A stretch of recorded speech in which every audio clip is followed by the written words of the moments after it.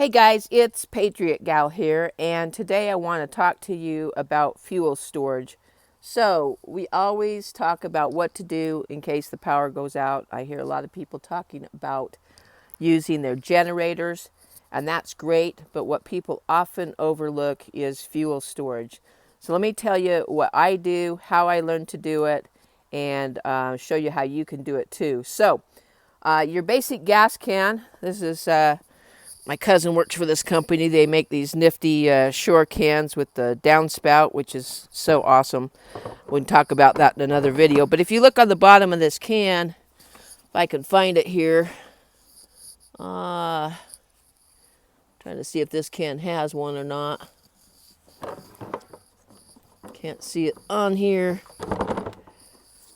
Well, you're just going to have to take my word for it, because I can't see it on the bottom of this can. But these cans are made out of what's called HDPE plastic. If you look on the bottom of most of your gas cans, it will say HDPE in a triangle. And I don't see it on this one. I don't know why.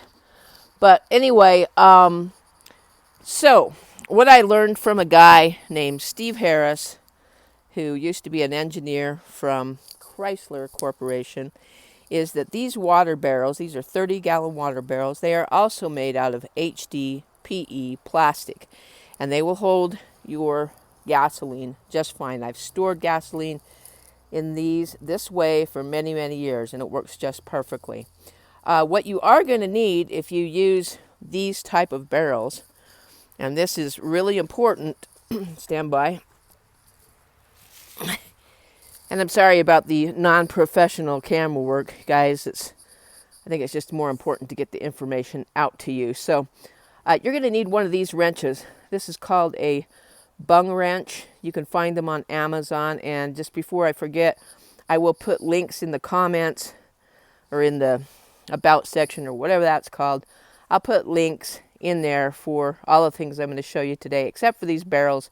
You can get these barrels at various places. I've seen them at Sportsman's Warehouse. I've seen them at Smith & Edwards. I've seen them lots of different places. Anyway, you're going to need one of these wrenches, and that is to put here. You put these little triangles in here, and it grabs that, and you're able to turn that and unseal it so that you can get to your gasoline. Then what you're going to want to get is one of these nifty pumps. Don't remember the name of these, but it uses a couple of double D batteries that fit in here. There's an off and on switch that turns the pump off and on. It's right up here on the top. You can hear the pump going maybe. Yeah, so basically what that does is it sucks it. Now, I put this piece of hose on here, and I will tell you that this thing does not quite reach to the bottom of this barrel, but that's okay, because when you get the gas down to that level, you're able to easily pick up this barrel and dump the gas out into a can. But with this pump, what you can do is you use this little nozzle here. After you turn on the switch, you're able to just pull this, and you put your gas can down below the nozzle, your little gas can like that red one, and you pull this nozzle, and you're just able to fill up a very manageable gas can. And the reason I came up with this system is because I'm a girl, and I don't have the upper body strength that you guys have. I can't be hauling around 5 gallons of gas at a time. So I usually fill one of these halfway full, or even use a smaller gas can when I'm doing things. That pump allows me to do that, to easily get the gas from there to there, so that I can use it in my generator or whatever else I'm going to use.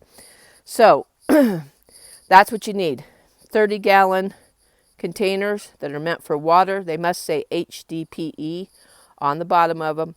Within the little triangle, you're going to need one of these pumps, and of course you're going to need a gas can. So that is just a short little training video for you guys, how I store my fuel. I've done it this way for years. As long as you keep those tops screwed down tight, you don't have to worry about water getting in there. Oh, and one more thing. I'm going to pause the video here and I'll have to splice it back in. But one more thing, if you're going to keep this gas in here for, I'm just going to talk about it. I'm not going to worry about showing you what it looks like.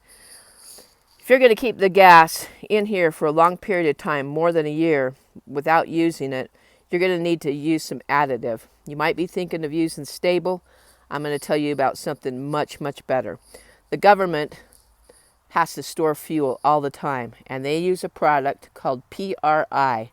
There's two different products, PRIG, which is for gasoline, PRID, which is for diesel. And if you add that additive in the proportions that it tells you to, once a year, you can keep your fuel good almost indefinitely. So I will put a link in the show notes for the PRR products.